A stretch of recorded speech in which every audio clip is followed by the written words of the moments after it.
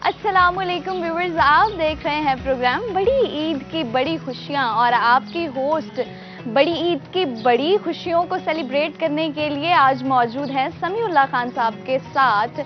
और यकीनन इस नाम को कौन नहीं जानता होगा, जिन्होंने पाकिस्तानी हॉकी टीम को ना कि सिर्फ इंटरनेशनली बल्कि हर जगह रिप्रेजेंट किया। और यकीनन पाकिस्तानी हॉकी टीम के नामवर तरीन प्लेयर जाने जाते हैं। तो उन्होंने ओलंपिक्स के साथ साथ इंटरनेशनल जितने भी टूर्नामेंट्स थे उनमें भी पाकिस्तान की नुमाइंदगी की। तो आज हम उस शख्सियत के साथ मौजूद हैं और उनके साथ अपनी बड़ी ईद की बहुत सारी खुशियों को सेलिब्रेट करने वाले हैं। उनसे उनकी ज़िंदगी के बारे में जानेंगे, उनसे उनके कैरियर का आगाज़ उन्होंने किस तरह किया और किस तरह से ये एक सिलसिला शुरू हुआ। आज ये तमाम चीज़ें उनसे हम जानेंगे और उनसे ये भी जानेंगे कि वो किस तरह से अपनी ईद को पहले सेलिब्रेट करते थे और अब किस तरह से सेलिब्रेट करते हैं। तो मैं तो बहुत ज़्यादा एक्साइटेड हूँ आज, क्योंकि मैं इतनी नामवर शख्सियत के साथ आज मौजूद हूँ और यकीनन आप लोगों के लिए भी इस प्रोग्राम को एंटरटेनिंग बनाएंगे। तो आइए चलते हैं, अब अपना प्रोग्राम शुरू करते हैं। व्यूवर्स, जिस तरह के आपको सबको मैंने बताया है कि आज हम मौजूद हैं समीउल्लाह खान साहब के साथ और हमारे साथ मौजूद हैं। अस्सलाम वालेकुम। वालेकुम अस्सलाम। सबसे पहले तो सर आपको बड़ी ईद की बहुत सारी खुशियाँ मुबारक हों। बहुत बहुत शुक्रिया। और ये ईद वो है जिसमें कुर्बानी होती है और उसमें शेयर करते हैं सारे गोश्त अपने दोस्तों को, अपने रिश्तेदारों को, और ख़ास तौर पे मेरे ख्याल में गरीबों का खास ख्याल रखना चाहिए। बिल्कुल तो एक ऐसा अच्छी ही है। एक जज्बाती ये जैसे ईद है, तो मुझे उम्मीद है हमारी सारी पाकिस्तान की कौम जो है ज़रूर इस पर अमल करेगी और इंजॉय भी कर रहे होंगे यकीनन, जी। क्योंकि गर्मी बहुत ज़्यादा है तो उसमें फिर ईद मनाना थोड़ा सा चैलेंजिंग होता है। लेकिन मेरे ख्याल से सब बहुत ज़्यादा खुशी से ईद मना रहे होंगे और यकीनन आपसे मिलके मेरी ईद की खुशियाँ तो बहुत डबल हो चुकी हैं और देखने वालों की भी बहुत सारी खुशियाँ बढ़ चुकी होंगी। सर, सबसे पहले मैं आपसे जानना चाहूँगी कि जो समीउल्लाह खान साहब आज हमारे साथ मौजूद हैं, ये पाकिस्तान की जो हॉकी टीम थी उसके नामवर तरीन प्लेयर किस तरह से बने? आपके करियर का आगाज़ किस तरह से हुआ? जैसे आप सबको पता कि मेरा ताल्लुक भावलपुर से, मैं यहीं पढ़ा, इसी गवर्नमेंट टेक्निकल हाई स्कूल में। मेरे क्लास वाले भी बैठे हुए आपको बताएंगे। टेक्निकल हाई स्कूल में मेरी मैट्रिक हुआ और फिर एससी कॉलेज में मैंने ग्रेजुएशन की 1971 में।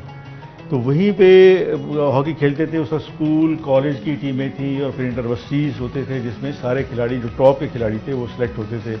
जैसे मेरे दोस्त इफ्तिखार बैठे हुए हैं, वो ये इंटरनेशनल अंपायर हैं। तो मुख्तलिफ लोग मुख्तलिफ कैटेगरी में जाते थे। तो इसलिए करते करते फिर जैसे डिस्ट्रिक्ट डिवीजन खेली, फिर लाहौर चैम्पियनशिप खेलने गए। तो उसके बाद में पाकिस्तान कैंप में आया, एक जूनियर कैंप टीम बनी 1970 की, जो वेस्ट पाकिस्तान यूथ थी उस ज़माने में। ठीक है। उसने श्रीलंका का जाना था, तो श्रीलंका की उसमें टीम में सेलेक्ट हुआ। उसके बाद फिर भाई ने भी अच्छा खेला, कुछ कुदरती कह लें, तो अल्लाह ताला ने फिर आहिस्ता आहिस्ता मौका दिया। फिर पाकिस्तान सीनियर टीम में आया। तो 1972 से लेके 1983 तक मैं पाकिस्तान की तरफ से मुख्तलिफ मैचेस में खेलता रहा। बिल्कुल सर, आपने इंटरनेशनली भी आपकी बहुत सारी अचीवमेंट्स हैं। यकीनन आप हम सब के लिए और पाकिस्तान के लिए बाइस फ़ख्र की बात है कि हम आज आपके साथ मौजूद हैं और जो लोग आपको देख रहे हैं। और मैं जानना चाहूँगी कि जो समीउल्लाह खान साहब आज हमारे साथ मौजूद हैं, वो अपनी ईद किस तरह से मनाते थे बचपन में और अब किस तरह से ईद मनाते हैं? देखिए, बचपन जो है वो तो एक बड़ी ज़बरदस्त यादें हैं उसमें। पहले तो इस तरह के जॉइंट सारों के घर थे। मेरे 4 चचा थे, चारों के चारों यहीं रहते थे सब। और उस ज़माने में एक ही घर में पोर्शन थे। कोई दीवारें नहीं थी, कोई दरवाजे नहीं थे, सब घूमते घामते रहते थे और खेलते रहते थे। और वो सब जिसको कहते हैं इज्तिमाई कुर्बानी होती थी। अगर किसी ने बकरा करना है तो वो एक जगह लेके आया और एक ही जगह पे सारे हमारे बड़े फैज़ मोहम्मद खान साहब थे, उनकी सरपरस्ती में कह लें या उनकी मोहब्बत कह लें कि वो सबको बुलाते थे और सब करते थे। वो वक्त बड़ा अच्छा था। सब मिलके बारबेक्यू कर रहे हैं, कच्चा पक्का गोश्त खा रहे हैं, जो जिस किस्म का है। लेकिन आहिस्ता आहिस्ता वो तब्दील होता जा रहा है। जैसे आप चीज़ें बदलना शुरू हो गई। जैसे आपकी एज है, हर जिसको कहते हैं इंडिविजुअलिज्म बहुत आ गया। बिल्कुल। हालात इस किस्म के हो गए, मुश्किलात बहुत हो गए, महंगाई बहुत हो गई।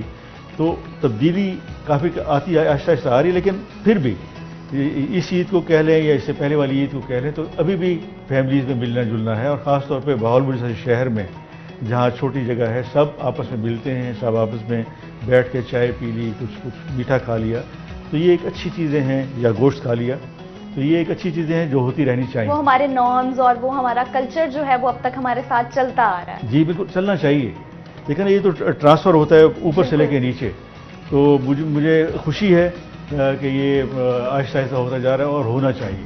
बिल्कुल ऐसा ही है, होना चाहिए, यकीनन होना चाहिए। जिस तरह के अब कुर्बानी की ईद है, तो आप मुझे बताइए, कभी आपका एक्सपीरियंस ऐसा हुआ कि आपने खुद से कुर्बानी की हो, या जिस तरह होता है कि अब भी मोस्टली फैमिलीज में होता है कि वो कुर्बानी का गोश्त जो है वो खुद बनाया जाता है, तो आपका कोई ऐसा एक्सपीरियंस है? एक्सपीरियंस ज़िबा करने तक की है कि वो अभी भी इस ईद में भी जो बकरे ज़िबा किए खुद किए। अच्छा। लेकिन वो जो पहले टाइम था कि खुद ही मेरे दो कज़न थे जो खुद सब कुछ करते थे, वो अब वक्त नहीं है, क्योंकि इजीली अवेलेबल हैं सब चीज़ें और वसाइल भी हैं, तो वो चीज़ें आहिस्ता आहिस्ता ज़रा आसानी की तरफ मूव करना शुरू हो गई। बिल्कुल बिल्कुल ऐसा ही है। और सर आप मुझे बताइए कि आप अपने बच्चों को कितनी ईदी देते हैं, और बड़ी ईद पर भी क्या उतनी ही ईदी दी जाती है जितनी छोटी ईद पे देते थे, या फिर कमी आ जाती है?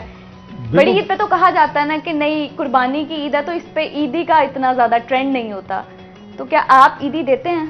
बिल्कुल देते हैं, और उनको अब तो हज़ारों में देते हैं, लेकिन जब हम लेते थे तो उस वक्त 5 रुपए का नोट था, और मैक्सिमम जिसने का अयाशी की तो 10 रुपए का नोट था। लेकिन अब क्योंकि बच्चे एक्सपेक्ट करते हैं, चीज़ें भी महंगी हो गई, और उस वक्त जो था हम जो रुपया मिलता था तो हम खर्च करते थे। आजकल के बच्चे पूछते हैं कि हम किस चीज़ पे खर्च करें, जैसे आजकल लैपटॉप आ गए, टेलीफोन आ गए, और बहुत सारे गैजेट्स आ गए, तो बच्चे उस पर ज़्यादा खर्च करते हैं, और इसलिए हैवी अमाउंट उनको देनी चाहिए। जी, अब नवासी हैं मेरी तो उनको देता हूँ। बिल्कुल ऐसा ही है। फैमिली के साथ आपके किस तरह के टर्म्स हैं? आपको क्या पसंद है कि रिश्तेदार आपके घर ज़्यादा आएँ, या फिर आप रिश्तेदारों के घर ज़्यादा जाएँ? दोनों। अभी मेरे कज़न बैठे हुए ये बताएंगे कि मैं बिल्कुल भी कॉम्प्लेक्स नहीं, मेरा जो है जहाँ मोहल्ला में है तो मोहल्ले में पहले जाने में कोई हर्ज नहीं, और मिलना चाहिए। यही चंद एक मौके होते हैं जिसमें आप अपने ताल्लुकात बढ़ाते हैं, आप किसी पे असर अंदाज होते हैं, तो उसके लिए ज़रूरी है कि आपको करना चाहिए। बिल्कुल ऐसा ही है।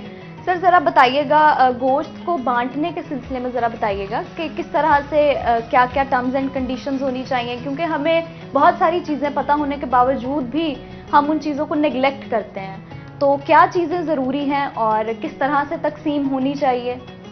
देखिए, आजकल तो एक बड़ा अच्छा है कि मीडिया में सब कुछ आता है, और हर किस्म के मौलाना का अपना अपना तरीक़ाकार आप कर सकते हैं, लेकिन मेरा अपना ज़ाती ये ख्याल है कि ये वो ईद है, और आजकल जैसे महंगाई है तो मैक्सिमम गोश्त जो है आप गरीबों को दें। बाज़ लोग एतराज़ करते हैं कि जी ये आप मांगने हैं, इसके पास पहले बड़ा थैला है, तो कोई हर्ज नहीं, वो कहीं ना कहीं वो उसको इस्तेमाल करेगा, और उनको मौका बहुत कम मिलता है, तो ज़रूर बांटना चाहिए, अपने लिए भी रखना चाहिए, ताकि अपने जो अजीज़ रिश्तेदार हैं, या बहन हैं, भाई हैं, भांजे हैं, भतीजे हैं, उनके लिए भी आप ज़रूर शाम को बारबेक्यू कर लें, या कुछ जिसको कहते हैं उनके साथ भी खुशियों को ज़रूर मनाना चाहिए। बिल्कुल ऐसा ही है।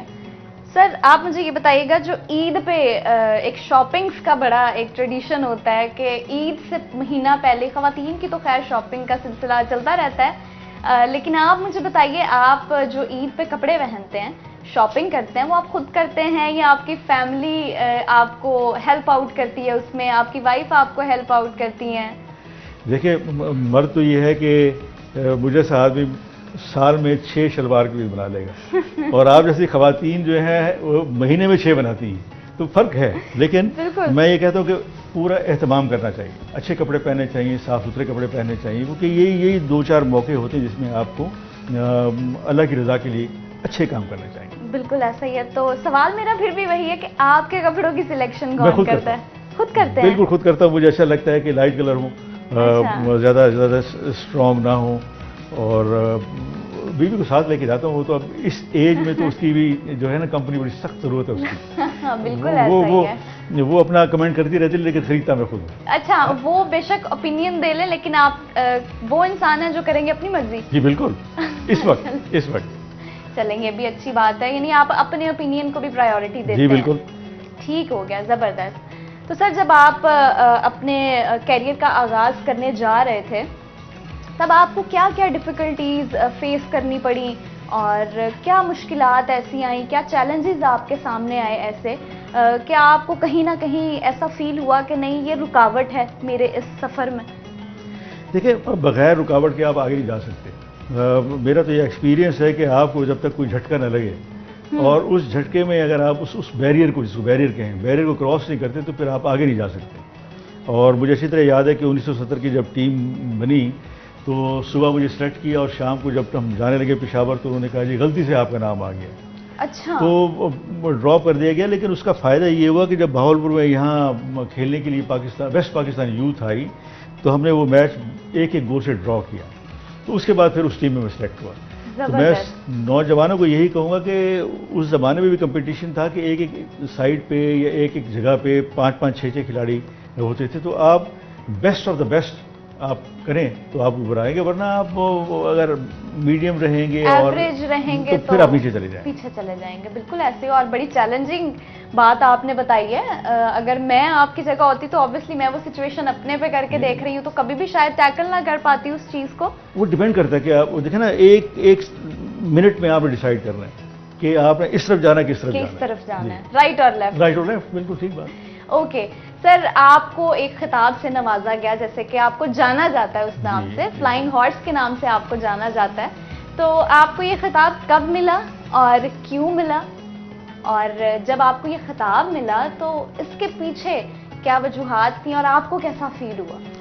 देखिए, ये 1975 का वाक़या जो मलेशिया में वर्ल्ड कप हुआ, जो तीसरा वर्ल्ड कप था। पहले 1971 में हुआ, फिर 73 में हुआ, फिर 1975 में हुआ। तो हम जर्मनी के खिलाफ मैच खेल रहे थे और मुझे इतना पता भी नहीं था कि मैं इतना अच्छा खेलता हूँ। तो उस वक्त क्योंकि नौजवान होते सारे 22-23 साल के सारे एक जैसे लगते हैं। तो पहला मैच था जर्मनी के खिलाफ, तो हमने 5-2 से वो जीता। उसमें ऑलमोस्ट 2 गोल मैंने किए और बाकी 3 गोल मेरी वजह से हुए। तो जो उनके कोच ने फिर सुबह जो शाम को अखबार में कहा कि Samiullah flying horse danger man spoiled my team, जो हेडिंग आती है। अच्छा। तो उस वक्त से ये फ्लाइंग हॉर्स का खिताब आया और फिर उसके लिए और मेहनत करनी पड़ी। और 1982 के एंड तक या 83 के स्टार्ट तक वो एक जो स्टैंडर्ड था उसको मेंटेन रखा। बाकी ये मेरे अजीज़ दोस्त बताएंगे आपको। और उसके बाद जब मैंने सोचा कि वो चीज़ नहीं कर सकता तो फिर मैंने हॉकी छोड़ दी। ज़बरदस्त। बड़ी हैरानकुन बात है। यानी आपको ये खिताब मिला पाकिस्तान से? नो, जर्मनी के कोच ने, जर्मनी के कोच से मिला, मलेशिया में दिया, लेकिन ओन आपने उसको यहाँ पे आके किया जी। और फिर आपने उसको साबित भी किया। बिल्कुल, बहुत अच्छी बात है। ज़बरदस्त। और ये सुनकर, ये देखकर और आपके बारे में जितनी भी बातें सुनी थी, यकीनन वो आपसे मिलके हर चीज़ ऐसे स्टेप बाय स्टेप हर चीज़ बिल्कुल सही साबित होती जा रही है। और आप बड़े खुश मिजाज इंसान हैं। और इसी खुश मिजाजी के साथ आप मुझे ये बताइए कि जब आपका एक टाइम था कैरियर के आगाज़ से पहले, एजुकेशनल टाइम था आपका, जब आप पढ़ रहे थे अपनी स्टडी के दौरान, तब आपको क्या शौक़ होते थे? और तब सिर्फ खेलने का शौक़ होता था साथ साथ, या फिर कोई मौसीकी, किसी को सुनना और इस तरह के भी कोई शौक़ होते थे? देखिए, हर कोई भी इंसान हो, चाहे वो आज से 100 साल पहले का था या हमारे 100 साल बाद आएगा, तो वो चंद एक उसकी जो एडिशनल चीज़ें होती हैं, जैसे मौसीकी आपने बताया, ड्रामे बताया आपने, कॉमेडी शो बताया आपने, या थिएटर्स बताया जो लाहौर में उस ज़माने में होते थे। तो ये सारे शौकी हैं और अच्छा लगता था, क्योंकि इसको कहते हैं ना, ये एक्स्ट्रा कैरिकुलर एक्टिविटीज़ हैं और वो होना चाहिए। अगर आपने कुछ चीज़ें सीखनी हैं तो आप जब अपने फील्ड से बाहर जाएंगे तो आप चीज़ें सीखेंगे। और यही एक वजह है कि पढ़ाई लिखाई अपनी जगह पे, लकीली हमारा जो बैच था पूरा वो बड़ा पढ़ा लिखा था, लेकिन जो जनरली स्पोर्ट्समैन है वो इतने पढ़े लिखे नहीं हैं, लेकिन वो जो सीखते हैं वो फ़ौरन सीख लेते हैं किसी न किसी तरीके से कि हमने क्या करना है, हमने किससे मिलना है, किससे बात करनी है। तो वो इस तरह ही है कि आप जब आउट ऑफ बॉक्स जाएंगे तभी आप सीखेंगे। अच्छा, तो इसके साथ साथ भी आपने कोई काम किया, यानी हॉकी खेलने के साथ साथ, यानी आप एक नामवर शख्स बन गए पाकिस्तान के। तो आपके दिमाग में जब आपने अपने कैरियर का स्टार्ट किया तो ये थॉट्स आए कि मुझे या तो बिजनेस को चूज़ करना चाहिए या फिर मुझे अपनी इस टीम को चूज़ करना चाहिए?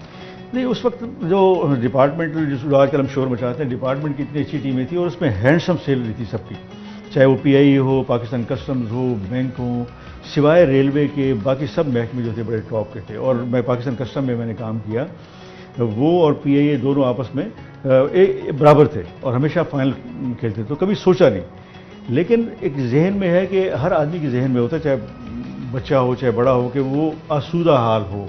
तो अल्लाह का शुक्र है कोई इतनी तकलीफ़ नहीं हुई अभी तक, कोई इस किस्म की तकलीफ़ नहीं कि फाइनेंशियली कहीं कोई ख़राबी हुई हो, ज़्यादा मेहनत करनी पड़ी हो। तो वो सब चीज़ें, जब मेरा ये ख्याल है कि अगर आप नेक नीयत होंगे, आप स्ट्रेट फॉरवर्ड होंगे, आपकी सोच फोकस्ड होगी, तो आपको कोई तकलीफ़ नहीं होगी। ओके सर, आपसे बातों का सिलसिला जारी रखेंगे, लेकिन अभी वक्त हो चुका है एक ब्रेक का। वापस आऊंगी मैं एक छोटी सी ब्रेक के बाद, और बहुत सारी बातें अभी हमने करनी है और बहुत सारी चीज़ें आपके बारे में जाननी है, जो कि मैं भी एक्साइटेड हूँ और जो लोग देख रहे हैं वो भी यकीनन एक्साइटेड होंगे।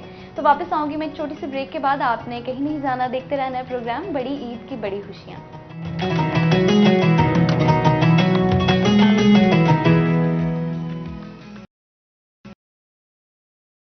पे आप सबको ईद मुबारक कहता हूं और साथ में ये गुजारिश कर रहा हूं कि आप वालिदैन अपने बच्चों की तालीम तरबियत पे फोकस करें। बच्चे अगर तरबियत याफ्ता हैं, तालीम याफ्ता हैं, तो पाकिस्तान का मुस्तकबिल रोशन होगा। आपकी तरक्की, हमारी तरक्की इसी में है कि आने वाली नस्ल की अच्छी तरबियत की जाए। अस्सलाम वालेकुम। मियाँ अब्दुल हमीद, सदर लकड़ी मंडी सादकाबाद। मेरी तरफ से अहले इस्लाम को ईद उल अज़हा बहुत बहुत मुबारक हो। इस खुशी के मौके पे हमें चाहिए कि अपने रिश्तेदारों, हमसायों और गुरबा को अपनी खुशियों में बराबर शरीक करें। अल्लाह ताला हम सब का हामी और नासर हो। पाकिस्तान जिंदाबाद। DDHO डॉक्टर बिलाल आतिफ की जानिब से अहले इस्लाम को ईद उल अज़हा की मुबारकबाद। शेख मोहम्मद तारिक, सीनियर रहनुमा Muslim League Noon, Mohammad Asif Rafiq, director National Grammar School, Ashfaq Ahmed Khan, assistant director ज़राअत, जावेद लखवीरा, तहसीलदार जलिंधर स्वीट्स खानपुर की तरफ से अहलियान खानपुर को ईद मुबारक। मेरी तरफ से अहलियान खानपुर को दिल की गहराइयों से ईद कुर्बान, ईद उल अज़हा मुबारक। वकास रऊफ़ की तरफ से तमाम अहलान पाकिस्तान को ईद मुबारक हो। अपनी ईद की खुशियों में गरीबों का ख्याल रखें। लियाकतपुर से PTI उम्मीदवार बराए chairman union council 115 Alabad Tauqeer Khan Niazi और हल्का PP 257 से साबिक तहसील सदर मुस्लिम लीग काफ शहजाद वड़ाइच की जानिब से तमाम अहले इस्लाम को ईद की खुशियाँ मुबारक। ईद कुर्बान के खुशियों भरे मौके के ऊपर मैं सेक्रेटरी ज़ात इफ्तिखार साहब का बड़ा ही मशहूर हूँ, जिनके साथ हमारी हफ्ते बाद दिन मीटिंग थी। उसमें 2 मुतालबात हमारे फिलफोल मंजूर कर दिए गए और बाकी जो एक मामला था FIR वाला, वो भी जल्द अज जल्द ख़त्म हो जाएगा। ईद के बाद हम इनसे गुजारिश करते हैं कि जो हमारे ऊपर जो डीलरों के ऊपर फिलफोर जो FIR थी वो ख़त्म की जाए। चौधरी खलील अहमद, सदर गल्ला मंडी सादिकाबाद की जानिब से अहले इस्लाम को ईद उल अज़हा मुबारक हो। चौधरी सजाद अहमद वड़ाइच उम्मीदवार PP 265 ticket holder Pakistan Tehreek Insaf की जानिब से अहले इस्लाम को ईद उल अज़हा की ढेरों खुशियाँ मुबारक हो। मैं चीफ एग्जेक्टिव एग्रोलिस केमिकल इंडस्ट्री और पैशन एग्रो पाकिस्तान और chief coordinator Pakistan crop protection association PCPA की जानिब से अहले बहावलपुर, अहले पाकिस्तान को दिल की अता गहराइयों से ईद मुबारक पेश करता हूँ। अल्लाह ताला हमें इस तरह की हज़ारों खुशियों भरी ईदें देखना नसीब फरमाए। मैं मोहम्मद सफदर शहबाज, रहनुमा जमीयत उलमा इस्लाम, अपनी तरफ से और अपने दीगर अकाबरीन की तरफ से बावलपुर के तमाम अवाम को, पाकिस्तान की अवाम को दिली ईद मुबारकबाद पेश करता। मैं तमाम उम्मत मुसलमा को ईद उल अज़हा की मुबारकबाद पेश करता हूँ। मैं अपने किसान भाइयों को पैगाम देना चाहता हूँ, जैसा कि मौसम की तब्दीलियों की वजह से शदीद बारिशें, शदीद गर्मी और इसके साथ शदीद आंधियों का सिलसिला जारी है, तो जैसा कि ईद उल अज़हा का जो मैसेज है कुर्बानी का, तो मैं अपने किसान भाइयों को ये मशवरा देता हूँ कि वो इस अपने वक्त की कुर्बानी दें। मेरी तरफ से और सदर जनाब राशिद इकबाल साहब की तरफ से और वाइस प्रेसिडेंट जनाब आसिम सईद शेख साहब की तरफ से, हम सब की तरफ से तमाम अहलियान मुल्तान को ईद की खुशियाँ मुबारक हो। इस मौके पर मैं कारोबारी बरादरी की तरफ से तमाम लोगों से यही गुजारिश करूँगा कि अपने इर्द गिर्द अपने मिलने जुलने वालों की मदद करें और कुर्बानी के जज्बे के साथ उनके साथ जो भी भलाई हो सके वो ज़रूर करें, क्योंकि माशी हालात इस मर्तबा इतने बेहतर नहीं हैं और ये कि इसको सामने रखते हुए हमने अपने इर्द गिर्द के लोगों की मदद भी करनी है और उन्हें आगे बढ़ने में उनकी हेल्प भी करनी है। तमाम अहलियान मुल्तान और अहलियान पाकिस्तान को डॉक्टर सफदर हाशमी की तरफ से ईद मुबारक हो। ईद उल अज़हा का दिन है, अल्लाह की राह में कुर्बानी करने का दिन है। इस कुर्बानी के लिए जहां हम खुद इसको इस्तेमाल करें, अपने घरों के अंदर बच्चों के साथ बैठकर इसको इस्तेमाल करें, वहीं अपने अजीज़ अकरबा, हमसाए, ज़रूरतमंदों, बेवाओं, यतीमों को भी इस दिन में ज़रूर याद रखें और उन तक भी अल्लाह के दिए हुए इस इनाम को पहुँचाने की कोशिश करें। मेरी तरफ से तमाम अहले ईमान को ईद उल अज़हा मुबारक।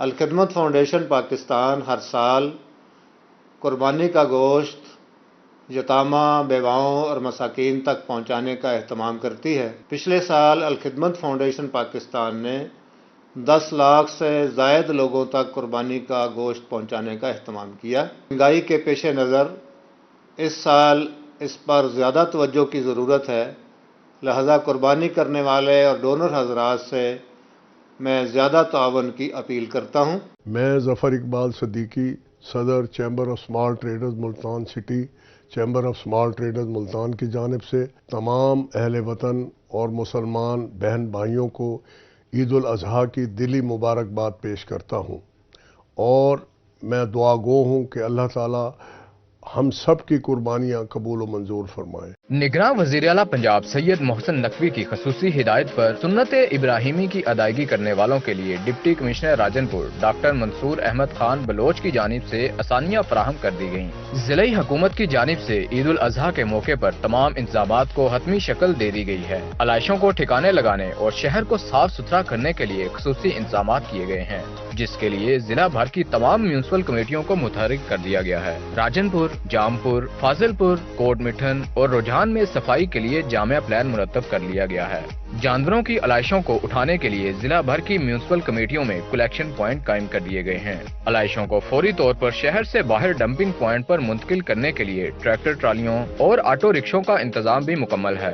जिले और तहसील सतह पर कंट्रोल रूम बना दिए गए हैं। ईद उल अज़हा के मौके पर सिक्योरिटी के भरपूर इंतजाम कर लिए गए हैं। तमाम जिले अफसरान की छुट्टियां भी मनसूख की गई हैं। शहरी इंतजामिया से तावन करें और जिम्मेदारी का सबूत देते हुए जिले व तहसील इंतजामिया की जानिब से तकसीम किए गए पॉलीथिन बैग में अलाइशें डालकर कलेक्शन पॉइंट पर रखें ताकि बर वक्त उनको ठिकाने लगाया जा सके। साफ पंजाब, साफ राजनपुर। किसी भी शिकायत की सूरत में डिस्ट्रिक्ट कंट्रोल रूम 06049200029 पर राब्ता करें। मुंजानिब doctor Mansoor Ahmad Khan Baloch, deputy commissioner Rajanpur.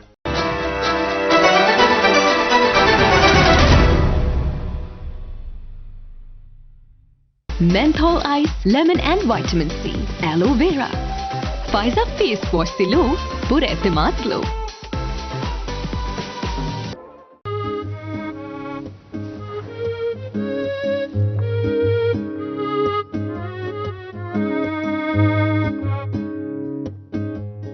चल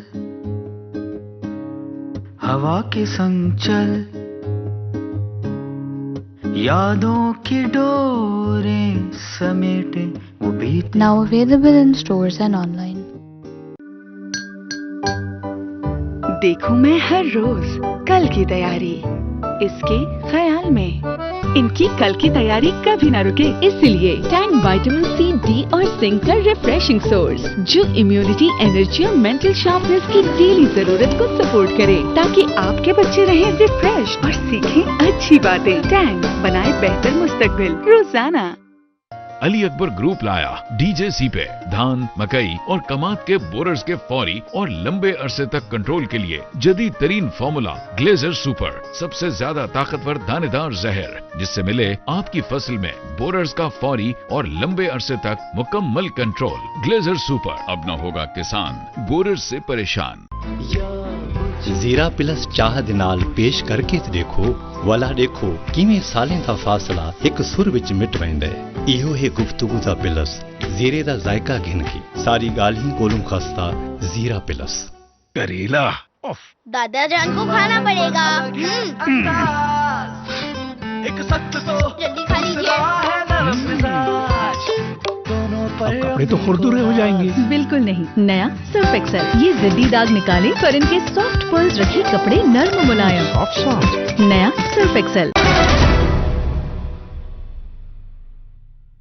This clock is brought to you by जो टेस्ट में पास है वही खास है। शेखू स्टील टेस्टेड है।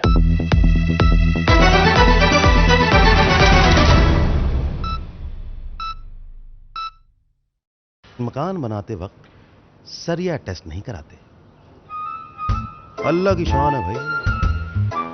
आ गया है शेखू स्टील जो हर लिहाज से टेस्टेड है, इसलिए वाकई में स्ट्रांग है।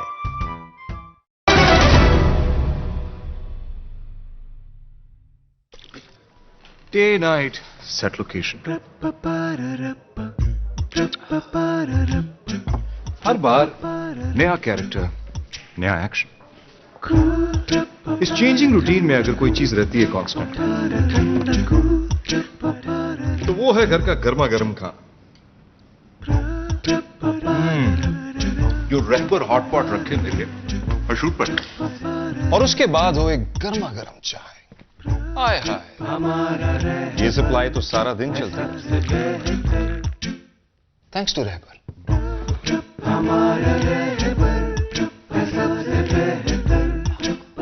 Rapper from the house of Eagle Star. करे मेरा इंतजार, मेरा बिछड़ा यार।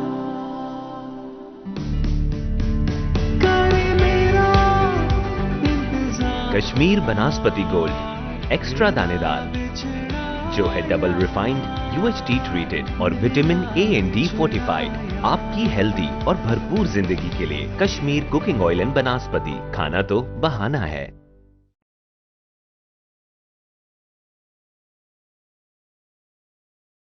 Welcome back viewers. ब्रेक के बाद आपकी होस्ट वापस आ चुकी हैं और आप देख रहे हैं प्रोग्राम बड़ी ईद की बड़ी खुशियां।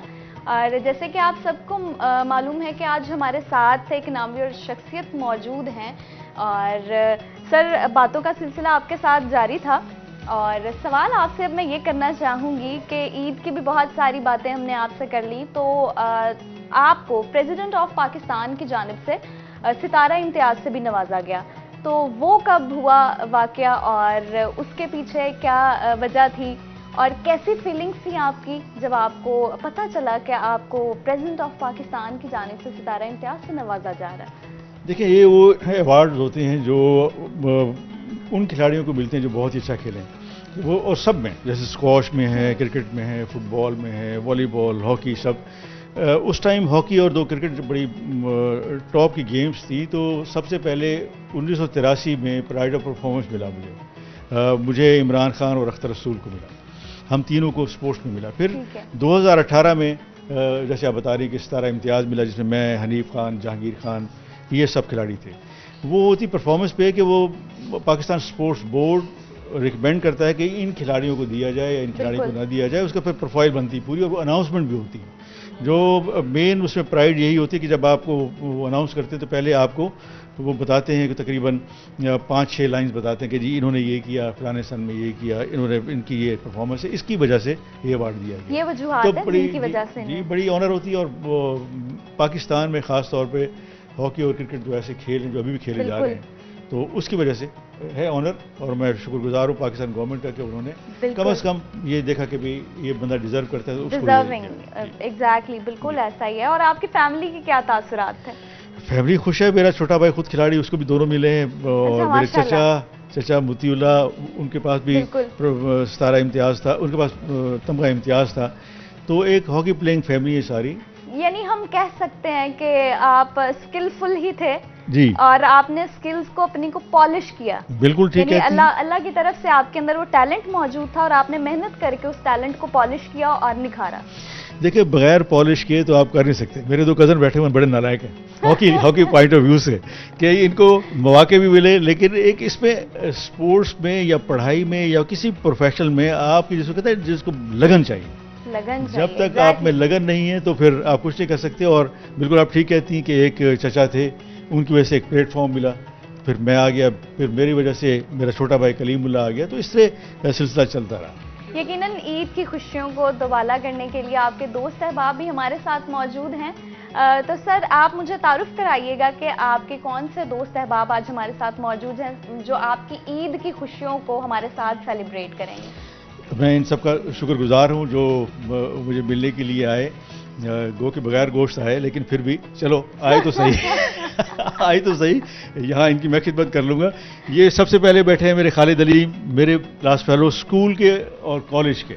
उसके साथ कामरान शाहीन हैं जो मेरे कज़न हैं। मेरे सबसे बेहतर चचा अमानुल्लाह खान थे, उनके बरखुरदार हैं। उनके साथ अदनान साहब है, बैंक में काम करते हैं। और ये मोतीउल्लाह हमारे मेरे चचा जिनका मैंने नाम लिया, जिनकी वजह से इंस्पायरेशन हुई है मुझे हॉकी की तरफ, तो उनके बरखुरदार हैं। और मैं इसलिए कहता हूँ कि इनको होना चाहिए था पाकिस्तान टीम में, लेकिन सुस्ती की वजह से ये नहीं आए। उनके साथ बैठे हुए इफ्तिखार अहमद, ये इंटरनेशनल एम्पायर हैं। और इनकी सबसे बड़ी जो खसूसियत है वो ये है कि ये जो आप जहाँ बैठी हैं, ये जो मेरा ट्रस्ट काम कर रहा है, अगर ये ना होते तो बिल्कुल अब ये ट्रस्ट कभी ना होता। ये इनका बड़ा क्रेडिट है और अभी तक ये उसमें इन्वॉल्व है। वैसे इंटरनेशनल एम्पायर भी हैं और अच्छे खिलाड़ी थे बहावलपुर डिस्ट्रिक्ट के। ओके, हॉकी के बिल्कुल। ओके सर, बात करेंगे आपके दोस्त से। अस्सलाम वालेकुम जी, ईद मुबारक। वालेकुम, आपको भी ईद मुबारक बेटा। खैर मुबारक। और कैसा लग रहा है आज आपको हम सबके साथ बड़ी ईद की बहुत सारी खुशियां सेलिब्रेट करते हुए? अभी हमारे साथ जिस तरह के समीउल्लाह खान साहब ने बताया कि इंटरनेशनल हमारे साथ एम्पायर मौजूद हैं, तो हम उनसे बात करेंगे। अस्सलाम वालेकुम। जी वालेकुम सलाम। ईद मुबारक। खैर मुबारक। सर आप अपना तारुफ बताइएगा। यकीनन आप इंटरनेशनल एम्पायर हैं, तो आप उस हवाले से बताइएगा आपने किस तरह से अपने करियर का आगाज़ किया, आपका सफ़र कैसा था और अब आप कैसा फील करते हैं? जी हम भी इन्हीं के स्कूल में पढ़ते थे, तो मैं तो बहुत मोस्ट जूनियर हूँ, हमसे तो बहुत सीनियर थे। इनको देख देख के हमें भी शौक़ पैदा हुआ हॉकी का। यहाँ पहले तो बहुत ही अच्छा यहाँ पे माहौल होता था हॉकी का, हॉकी होती थी, हॉकी खेलते थे। इनको देख देख के बहुत शौक़ हुआ, तो मेहनत भी की, तो खेलते रहे। तो फिर जब खेलना छोड़ दिया तो फिर अंपायरिंग की तरफ शौक़ हो गया, तो वो उस पर भी इंटरनेशनल अंपायरिंग की है। तो आपको मैं बताऊं कि ये जो समी भाई जो है ना, इस हॉकी प्लेयर और ये इनकी सब खसूसियत जानते हैं, लेकिन मैं बताऊं ये सबसे ज़्यादा ना बहुत अच्छे इंसान हैं। और ये ऐसे इंसान है जिसे हम दिल से इनकी रिस्पेक्ट करने को दिल करता है। ये काम कहते हैं, एक दफ़ा कहते हैं तो दिल करता है कि इनको दोबारा कहने की ज़रूरत ना पड़े कि इन्होंने कहा है तो काम हुआ नहीं। वो कुछ लोग होते हैं ना कि जो खुद आपसे प्यार लेते हैं, प्यार समेटते हैं, इज्जत लेते हैं खुद से। जी बिल्कुल ऐसे ही है। ये सबसे ऐसे खुश अखलाक हैं, बहुत अच्छे। जब भी मिलेंगे ऐसे होगा जैसे अपनाइयत इनमें है, अपनाइयत बहुत जी बहुत।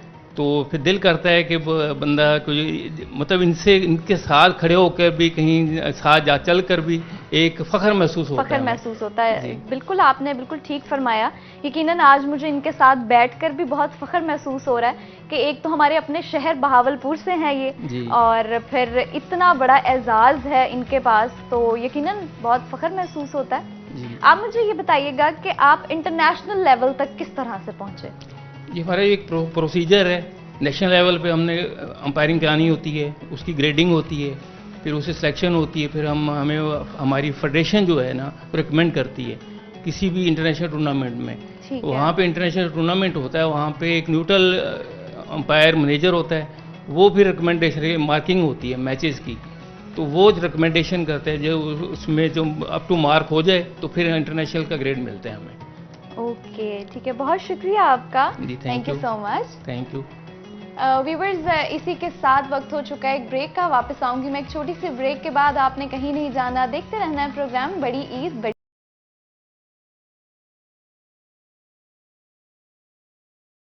Welcome back viewers. ब्रेक के बाद आपकी होस्ट वापस आ चुकी हैं। आप देख रहे हैं प्रोग्राम बड़ी ईद की बड़ी खुशियां, और इन बड़ी खुशियों को सेलिब्रेट करने के लिए जैसे कि आप सबको पता है कि हम मौजूद हैं समीउल्लाह खान साहब के साथ।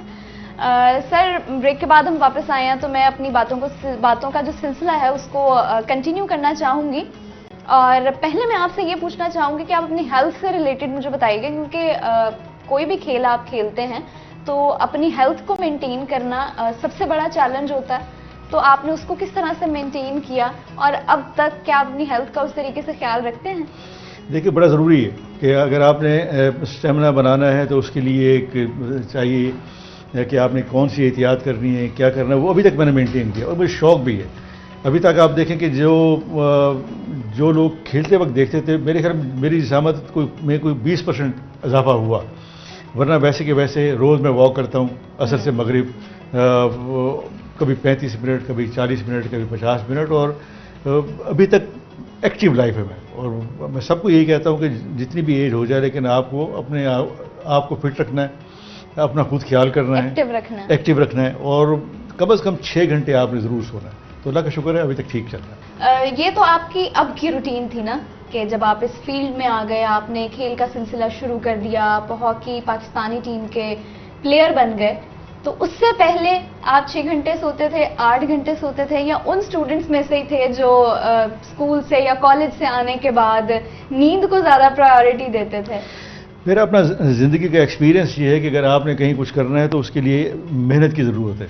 बस सोते 8 घंटे होंगे उस टाइम, क्योंकि हॉकी की इतना टफ, जब पाकिस्तान टीम में है तो उसके लिए आपको सुबह 1 मील भागना और उसके अलावा इंडिविजुअल ट्रेनिंग करनी, 2 घंटे सुबह और 2 घंटे शाम को बड़ी सख्त ट्रेनिंग होती थी।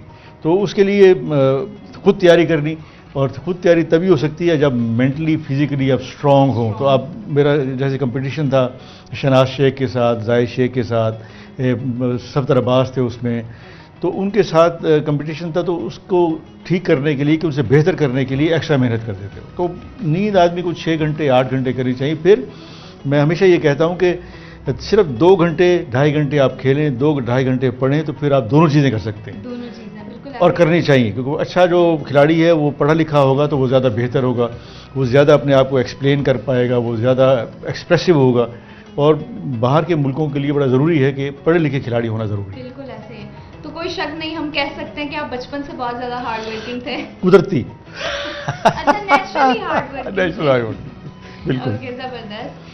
तो सर, आप क्योंकि इतने रीनॉन पर्सनालिटी हैं आप पाकिस्तान की, तो बहुत सारे लोग आपसे प्यार करते होंगे, तो आप मुझे बताइए कि आपको ज़िंदगी में कभी किसी से मोहब्बत हुई? अब तो मतलब जिसको कहते हैं ना चाहते हुए बीवी से मोहब्बत है। लेकिन हॉकी ऐसा मीडियम है या एक ऐसी चीज़ है जिसमें बहुत सारे लोग इन्वॉल्व हो जाते हैं, चाहे वो लड़की हो चाहे वो ओल्ड एज हो, और आपने किस तरह रिस्पॉन्ड करना है या किस तरह है, तो वो एज के साथ साथ फिर आपको ये चीज़ें चलती रहती हैं। तो ये भी हम कह सकते हैं कि आपको भी हुई थी? बिल्कुल, क्यों नहीं, एक नेचुरल सा है, एक फिनोमिना है आदमी का, एक जिसको कहते हैं।